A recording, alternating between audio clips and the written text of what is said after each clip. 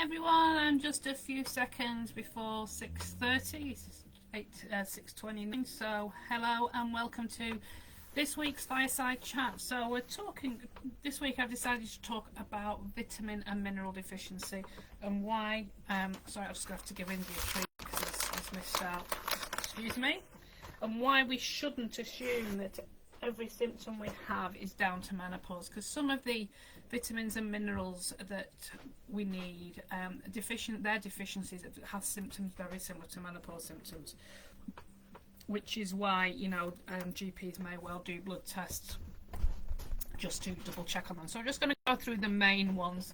I'm not going to go into every vitamin and every mineral because we would be here until next week.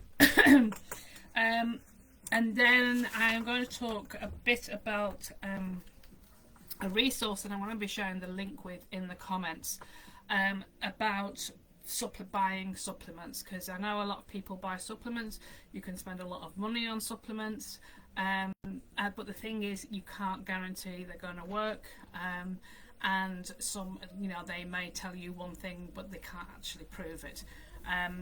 So that's what we're going to cover today, and I've decided next week I'm going to talk a little bit about sort of going off the Panorama programme that was on earlier in the week in the UK. I did watch it last night, and that only very briefly touched on supplements, and then the rest of it, they spent the time basically slating the practices at Newsom Health and their prescribing. So I'm just going to talk about the importance of informed consent and getting, you know, working with your GP and making sure you're getting the best out of it.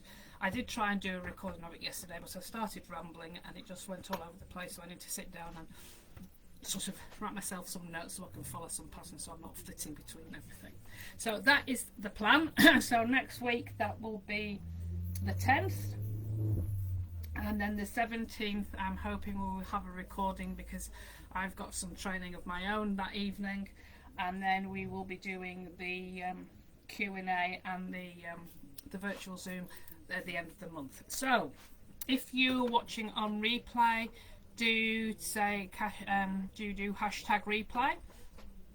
Let me know where you're watching from. If you're here watching live, if you jump in, please say hi so we know you're there. I will try and I've got my phone open, so hopefully, oh yes, it's working, so excellent. So hopefully I can keep up with any comments. So I'll put any comments or questions in the comments, obviously, and I will try and answer them as much as I can. Now the information I've got from today is from the NHS website, and let me just double check. So one of them was this, just checking when they were reviewed.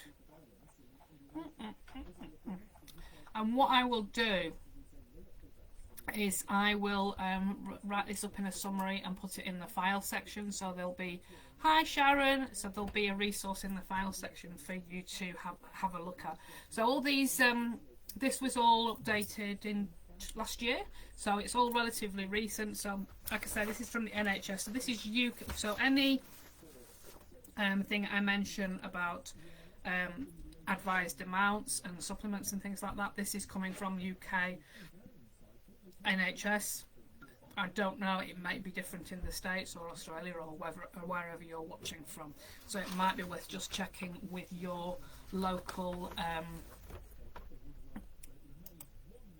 health authority if they've got, you know, your health provider, if they've got a main website. Okay, so the ones I'm going to talk about today are vitamin D, B12,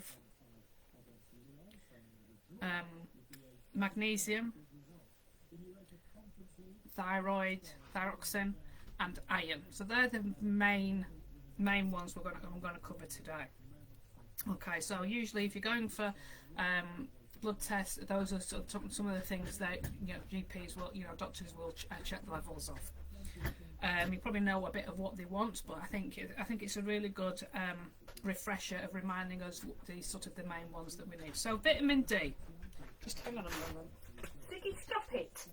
I think there's a treat under my chair, so the dogs are trying to get it. Right, okay. Okay, so vitamin D. So this helps regulate the amount of calcium and phosphate in the body. Okay, and those calcium and phosphate are needed for bones and teeth and muscles. So a lack of vitamin D can lead to bone deformancies such as rickets, which was really, really common, sort of, you know, in the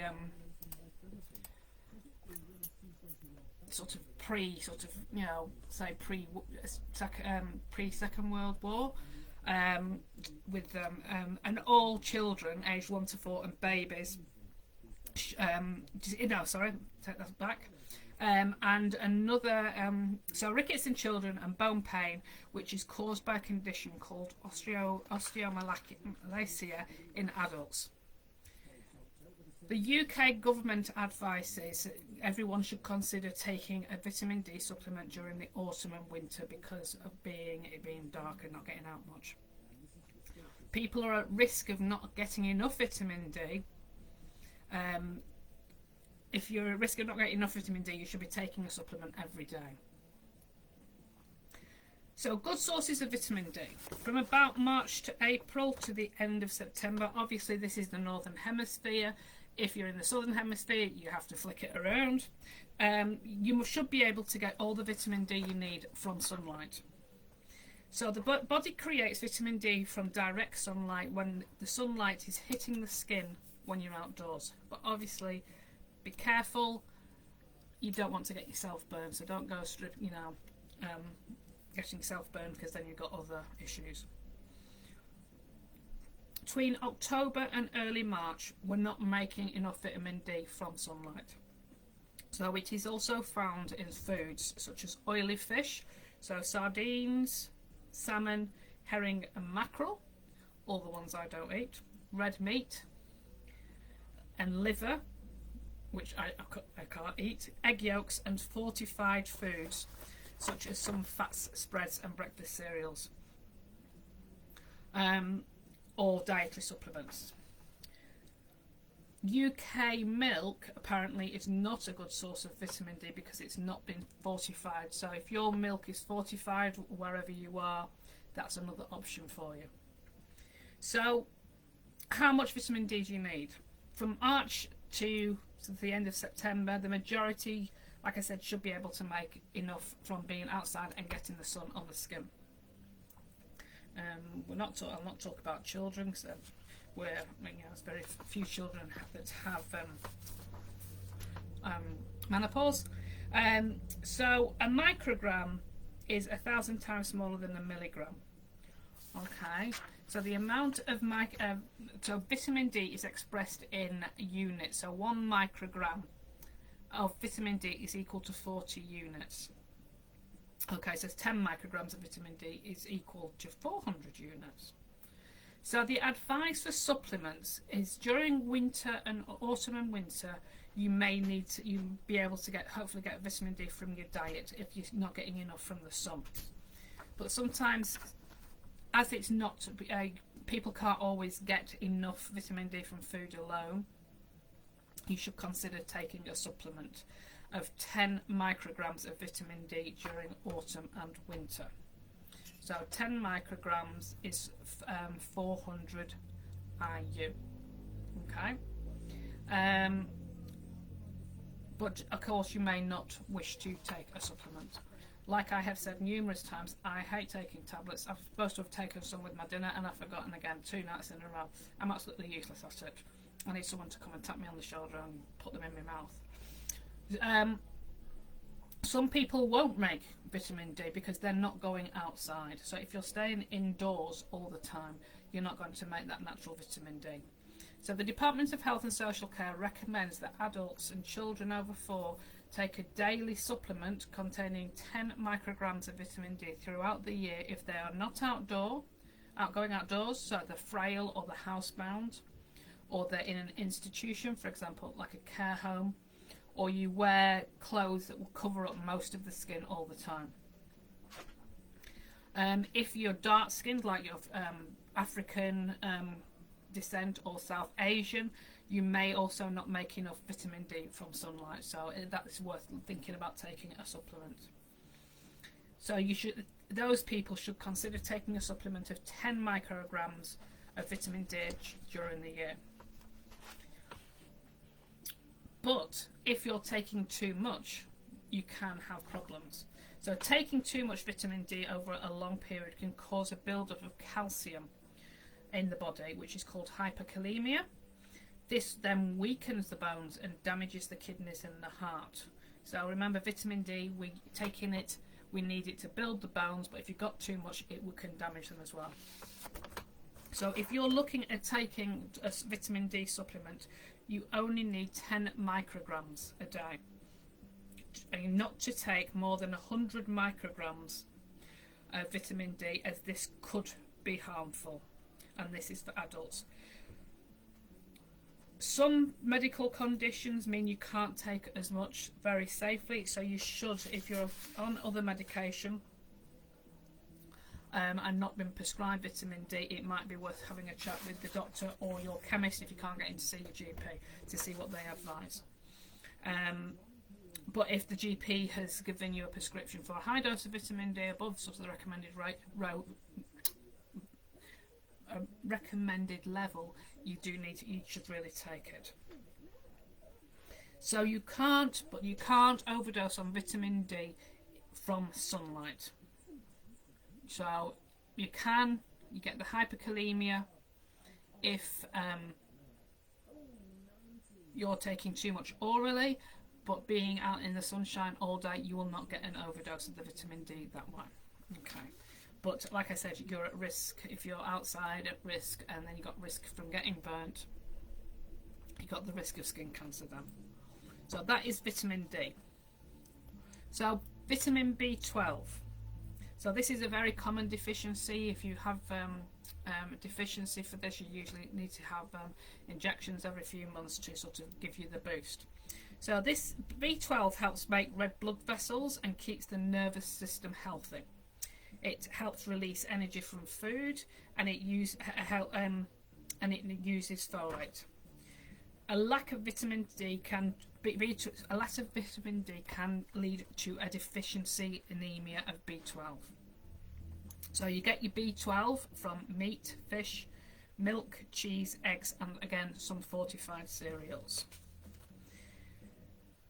Over the age of 19 to the age of 64, you need about 1.5 micrograms of vitamin B12 a day. But if you're eating meat, fish or dairy, you should be getting enough from your diet. But as it's not naturally found in fruit, vegetables, grains, the people who are vegetarian or vegan will struggle to get enough B12. Vitamin B12 or B9, which is known as folate deficiency anemia, occurs when there's a lack of B12 or folate causes the body to produce abnormally large red blood cells that don't function properly. So the red blood cells carry the oxygen around the body, sort of via the hemoglobin, which is sort of, if you imagine the blood cell as a little spaceship, the hemoglobin is the red stuff inside, and that's what the oxygen sticks to. The blood goes to the lungs, it collects the oxygen and then tracks around the body and drops off the oxygen where it's needed and then goes back for some more. Anemia is the term for when you've got fewer blood tests than normal or a very low hemoglobin amount in each red blood cell, which would be found when you were doing blood tests. Symptoms of B12 or folate deficiency can be extreme tiredness, a lack of energy, pins and needles in your extremities, a sore tongue or a red tongue, mouth ulcers, muscle weakness, vision issues, psychological problems from mild depression or anxiety to confusion and dementia, memory problems and difficulty with understanding and judgment. So like I said, some of these symptoms do flick over to menopause. So lack of energy, tiredness, sore tongue, sore mouth, problems with vision. I don't know if they're those, but definitely the psychological symptoms. It says some of these problems can happen if you have a deficiency in B12 or folate, but not necessarily the anemia. So pernicious anemia is where the immune system attacks healthy cells in your stomach, which stops the body absorbing the B12 from the food you eat. And this is the most common cause of vitamin B12 deficiency in the UK. A lack of vitamins in your diet, although this is uncommon, but if you're, like I say, if you're vegan, it can happen, and you're not having the food with B12 in it, or you're not eating a fortified foods, or you're on a very restrictive diet, or you've got a very poor diet, and you've had that for quite a long time. Certain medicines, including medication for seizures, proton pump inhibitors, can affect how the body absorbs the vitamins as well, so that could potentially lead to a deficiency. Both vitamin 12 deficiency and folate are more common in older people, and they said it's usually 1 in 10 over the age of 75, and 1 in 20 between 65 and 74. So most cases of B12 or folate can be treated with tablets or injections. B12s are usually given by injections. Like I said, they usually have about 3 monthly. And then depending on your deficiency, you may require medication as well. Right. If you have got a B12 deficiency, it said you may need treatment for the rest of your life, or it may improve, so you wouldn't need to continue with it. Folic acid tablets, they use those to improve folate levels, and they are taken for usually about 4 months at a time. And in some cases, it can just be a matter of improving the diet to help prevent a reoccurrence. So remember, meat, fish, eggs, dairy, and fortified foods. The folate you can get from green vegetables such as broccoli, Brussels sprouts, I personally can't eat, I think they're food of the devil, and peas.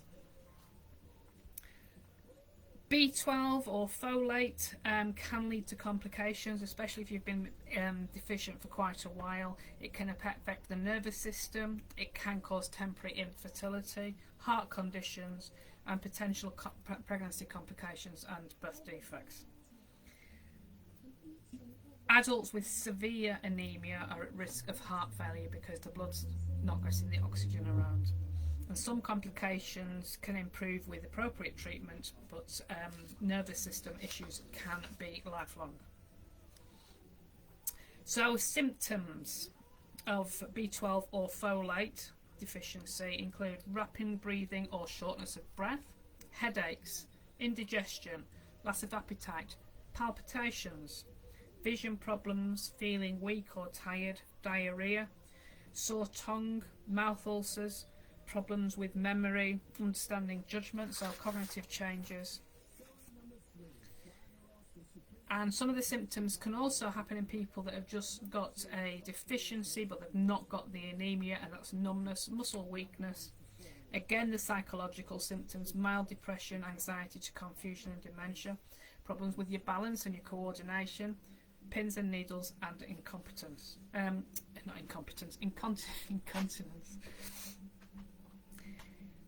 At the moment, there's not enough evidence to show what the effects are if you take really high doses of vitamin B12.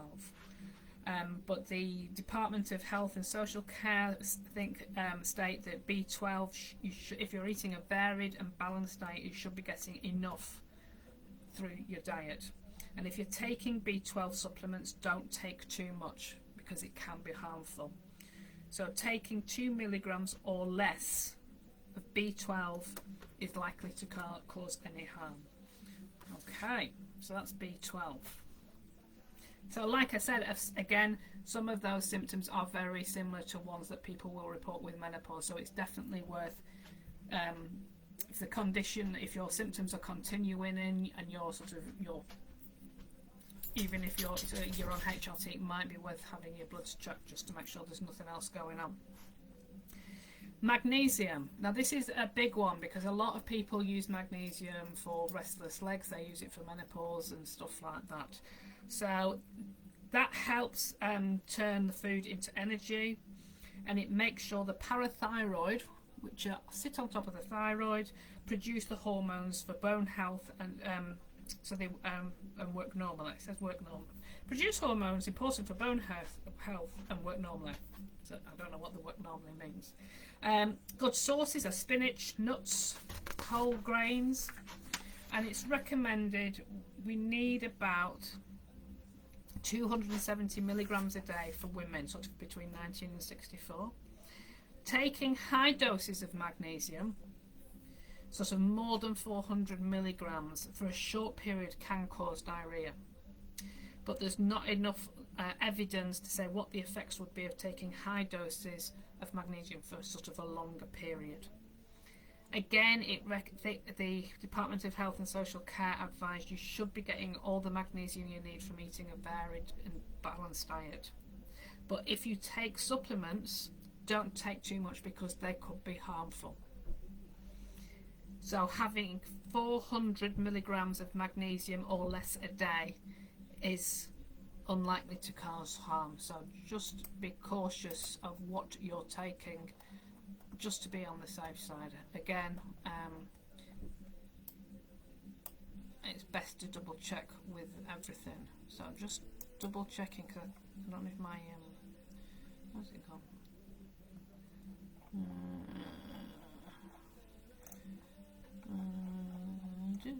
I'm just getting the thing back up for magnesium and I can't find it. Just to make sure I've not missed anything out. I mean, there are so many different minerals and things.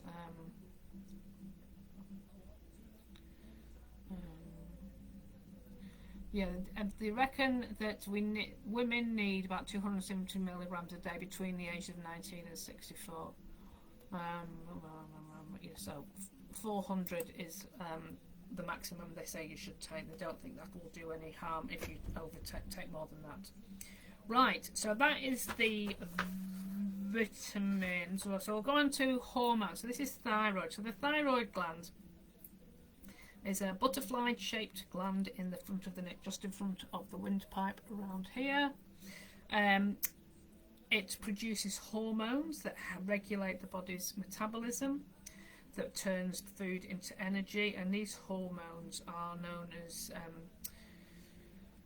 T3 and thyroxine T4. Many of the body functions will slow down when the thyroid is not producing the T3 and T4. So that's when it's called an underactive thyroid. So that's hypothyroidism, and that's where your gland is not producing enough of the hormone. So common signs are tiredness, weight gain, and feeling depressed. It can be managed by taking hormones to replace the hormones you're not producing. But if you feel you have the following symptoms, again, they're very similar to menopause symptoms. So tiredness, weight gain, depression, sensitive to the cold, dry skin and hair, muscle aches, it's worth speaking to the doctor to getting your blood checked for your thyroid levels.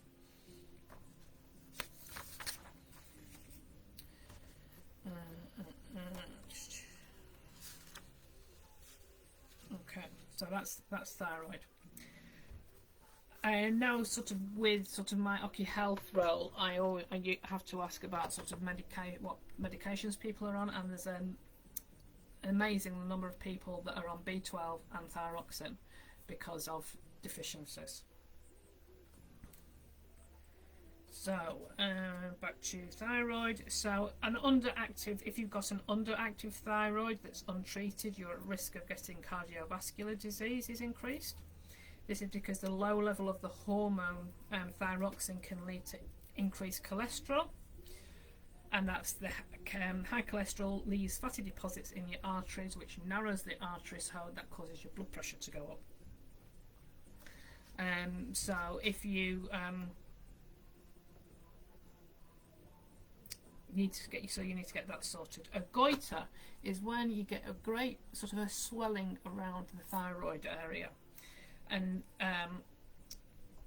they can develop in people with an underactive thyroid because the body's trying to stimulate the thyroid to produce more thyroxine and T3 and T4. In very, very rare cases, a severe underactive thyroid can lead to a life-threatening condition called myxedema coma, where the thyroid levels are so low they cause confusion, hypothermia and drowsiness. So this is a bit of a happy thing. So myxedema coma is an emergency treatment. It's treated with hormone replacement therapy medicine directly into the vein, and other treatments such as breathing support, so they might have to be put on a ventilator in intensive care. They may need antibiotics or steroids to help sort that out. The other main sort of mineral is iron. So iron's really important with making red blood cells, because that helps with the hemoglobin that carries the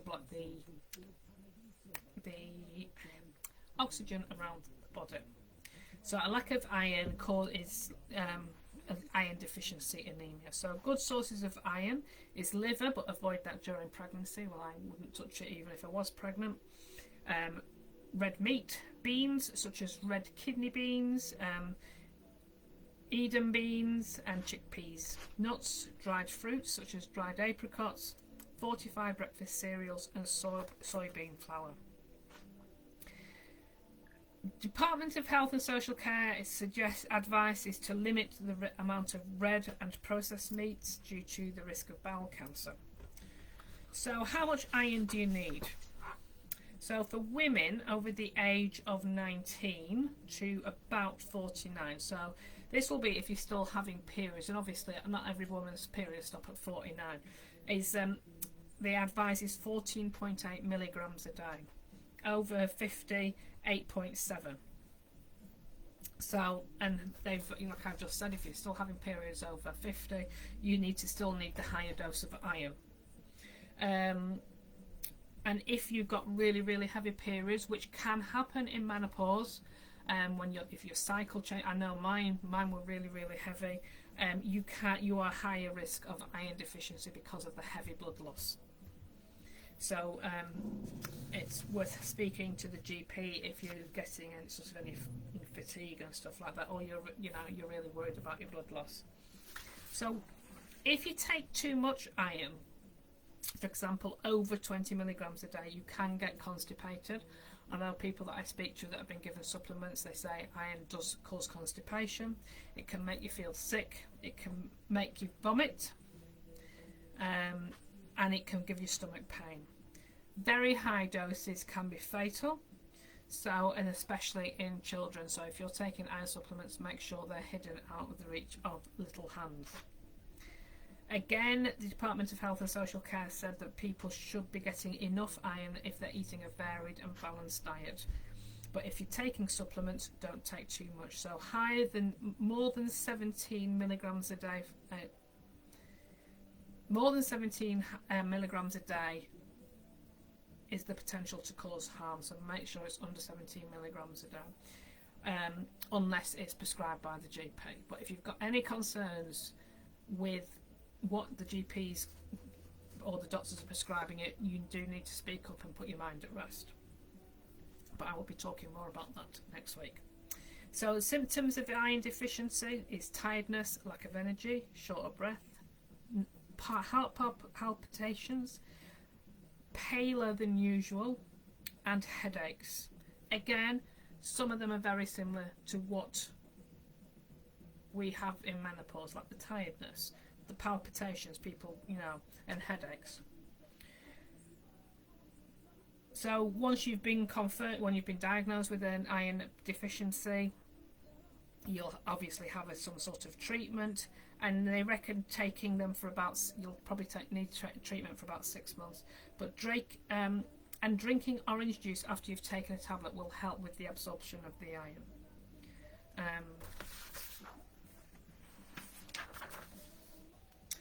If you're taking iron tablets, you're likely to potentially get side effects. So again, the constipation, like I said before, diarrhea, stomach pain, heartburn, nausea, and your poo will be darker because you're expelling some of the iron.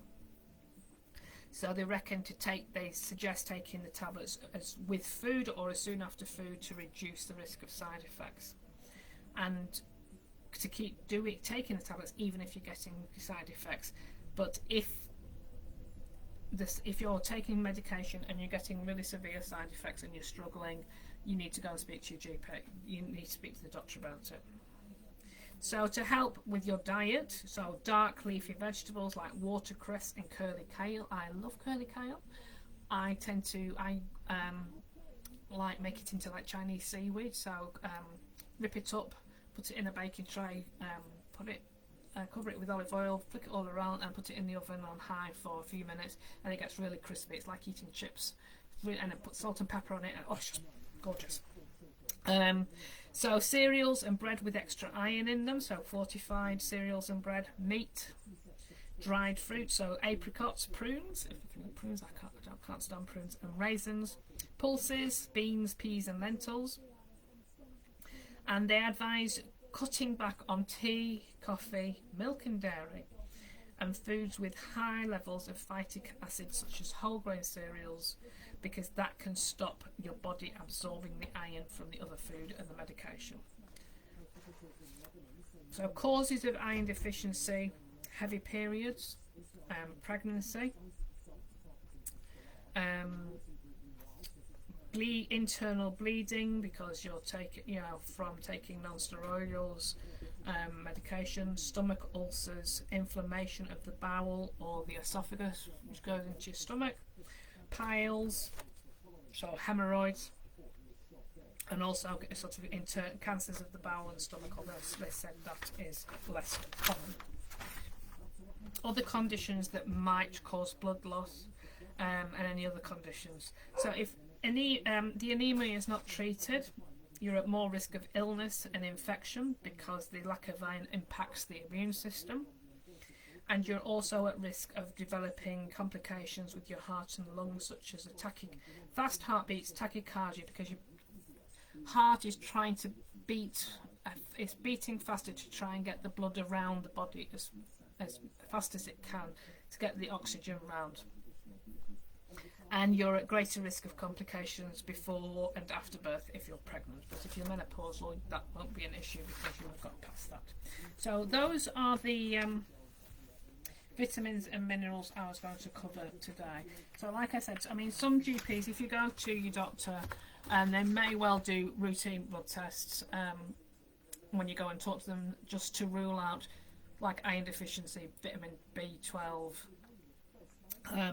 vitamin D and thyroid, underactive thyroid, check your thyroid levels and stuff like that to see if the symptoms are that rather than menopause. And like I said, we shouldn't just assume that every ache and pain we get once you've started, you think you're in perimenopause. You shouldn't blame everything on perimenopause because it may well not be. It could be a deficiency. So if you feel you need supplements, whether it's to help with your menopause symptoms or you think you might have a deficiency but you're not sure, it's really important that you buy, if you're going to spend the money, that you're looking at them. And like I said, Jenna, who's one of my coaching friends, she's done an absolutely fantastic resource on buying supplements, because it is, I mean, the Panorama program, like I said, it touched on supplements really briefly at the very beginning. I mean, they could have done a whole program on supplements, and one lady was spending £150 a month on supplements to help her feel better. They weren't working.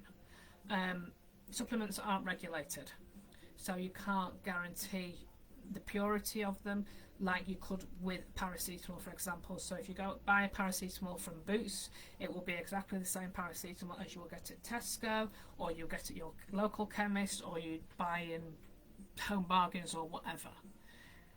Buying a supplement such as vitamin D or, I don't know, sage extract or pink fluffy supplement, not regulated, so you can't guarantee that the quality you get at one shop will be exactly the same as the other.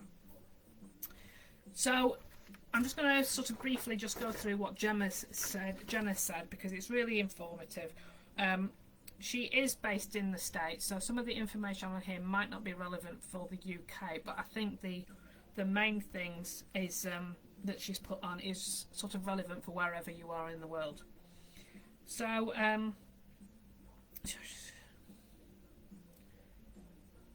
she said that as the wellness industry, it continues to grow, so does the market for supplements. I mean, you only have to look at menopause to see the number of supplements that are out there. And with that comes a surge of fraudulent and unsafe supplements being sold, where you're assuming that they're safe, such as buying them from Amazon or a discount store or an online retailer. These products may be marketed as effective and trustworthy, but the reality is they could be causing you more harm than good, and plus they're costing you money. So look for unsafe ingredients. May contain fake supplements. May contain harmful ingredients that they've not put on the list of ingredients. They could include allergens or toxic substances,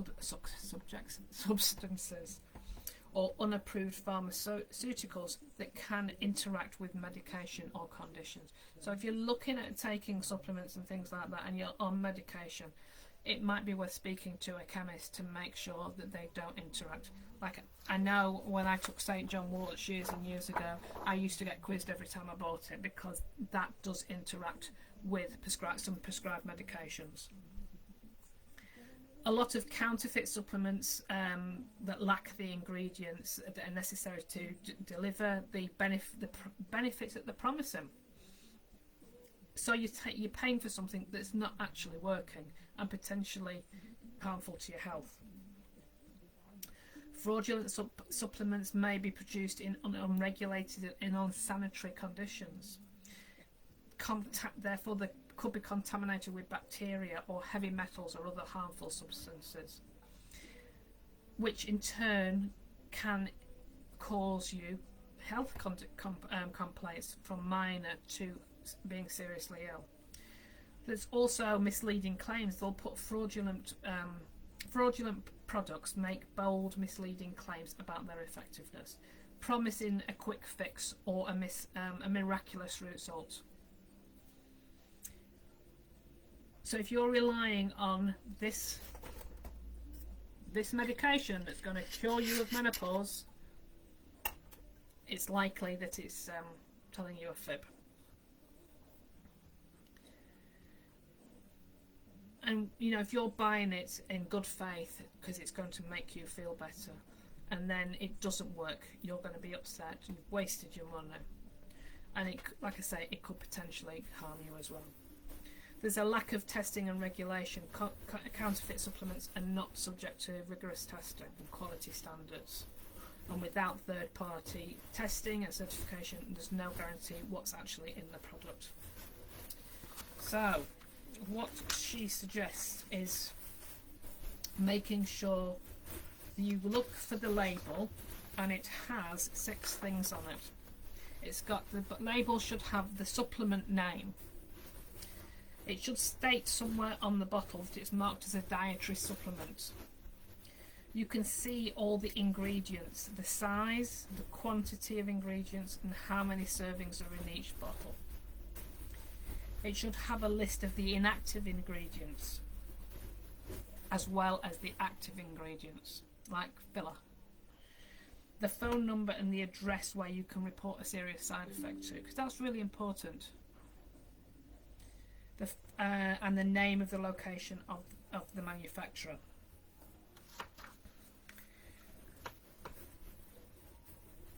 If you're going to buy them from a retailer or a practitioner that you can trust and that you can talk to, that you can ask about, and if you've got any concerns, you can go back to them. Looking for third-party testing mark, UPS verified or NSF International mark, consumer level pro seal, and non-GMO, so non-genetically modified or organic, technology altered animal, plant or microorganism products which can disrupt the balance of your gut or microbiome. So I'll put the link for this resource in the chat, in the comments, because I think it's really, like I say, if you're going out and buying supplements, you're making, you know, a financial investment. You want them to work, so you want to make sure you're buying the best thing you can. Look at the claims. Maybe do some research before you buy it and find out who, if they've got research on it, who's done the research. Was it researched by the company selling the supplement? Because if it is more likely to be biased towards them, because they're not going to put research out that's showing that their supplement doesn't work. They're going to bias it. So you want to get research that's been done by a third party, and you want really good quality products. So if you can, talk to somebody like a nutritionist or a health coach or someone like Sharon who might be able to help. You want to, you know, if you're going to go down that road, buy them from somewhere. Don't buy them off the internet from someone you don't know, because you don't know, it could be full of flour, you know, and you don't want to be making yourself ill. So that is all I have got for tonight. So like I say, I will put together a resource with the vitamin and mineral information, so you've got that, so you can know what you should be taking, how much you should be getting, and if you're taking an oral supplement sort of off over the counter, how much is the maximum you should be taking, so you're not causing yourself any damage. But if you're eating a healthy, balanced diet, you shouldn't really need the extra supplements and stuff like that. So if you've any questions, do put it in the chat. If I don't know, I will get back to you. If you watch on replay, I know it's a bit of a boring, dry subject tonight. Do hashtag replay, and I can just check with you to see if you've got any questions. But I hope you have a good evening if you're in the UK, or if you're in the States, Sharon. Have a great rest of the day. And next week, like I said, I'm going to talk about sort of a little bit more about the panorama, informed consent, getting treatment, making sure the treatment you're getting you're happy with, and the importance of asking questions. So yes, so as always, if you've got any questions or any concerns, drop a comment in the comment. You can write a post, or if you can post it anonymously, or you can send me a message and with the question and stuff like that. For those who watching, if you're on HRT and using the gel, Rachel has asked for some advice. I don't know, because I haven't tried it. So if you would be kind as to give her some advice if you can help her, that would be great. Or even if you can't help her, I can't help it. It would be really nice, just so that way we're supporting each other, because that's the whole aim of the group, is so we're here to be able to support one another, because I don't know everything, because like I say, I've not done HRT, I've not used HRT. And just to stress, I'm not trained in HRT of prescribing or in any form of HRT. I know the very basics, but I can definitely signpost you to somewhere else. I did actually meet a lady this morning who's works with natural medicine, and she does herbs, and her clients are women in menopause following cancer, those that can't take HRT, she helps those. So if anyone knows of anybody like that can't take HRT, and they've tried self-care activities, they're not improving, let me know. I can put you in touch with Hannah. I might even get her to come and do a live and have a chat in here about what she does and how she can help. She's putting together a program with another menopause coach that was trained by Lauren, sort of after me, who is a Macmillan nurse, so her area of expertise is cancer, so they're working together to put a program together. So if you know anybody who is post-cancer, can't take HRT and is looking for some support, let me know. I can put you in touch with Hannah, and like I say, I might ask her to come in here and do a little chat about what she does and how she can help and what they do for their program. If because if you've had cancer, Depending on the cancer you've had, you can't have, recommend not having HRT, especially for the estrogen-based cancers. But it's always good to have options, and there's, like I say, there's no right or wrong way of managing your menopause. It's finding what works for you. Again, we've got Andrea in the group who's a menopause artist, and if art is your thing, that may be the thing to do. So there's lots of different options, and the more I learn about it, the more fascinating it is, because you think there's only one thing, there's only HRT, and there's lots of other options. So I'm going to shoot off now because I'm starting to ramble. Have a good evening. Again, hashtag replay in the comments, put any questions in the comments, and I will put the link for Jenna's resource on the supplements, which is, like I say, is absolutely fantastic. So if you're into supplements, I would highly recommend you getting it, so you can check them out before you buy them, because you don't want to be wasting your money. So have a great evening. I'm definitely going now, and thank you for watching.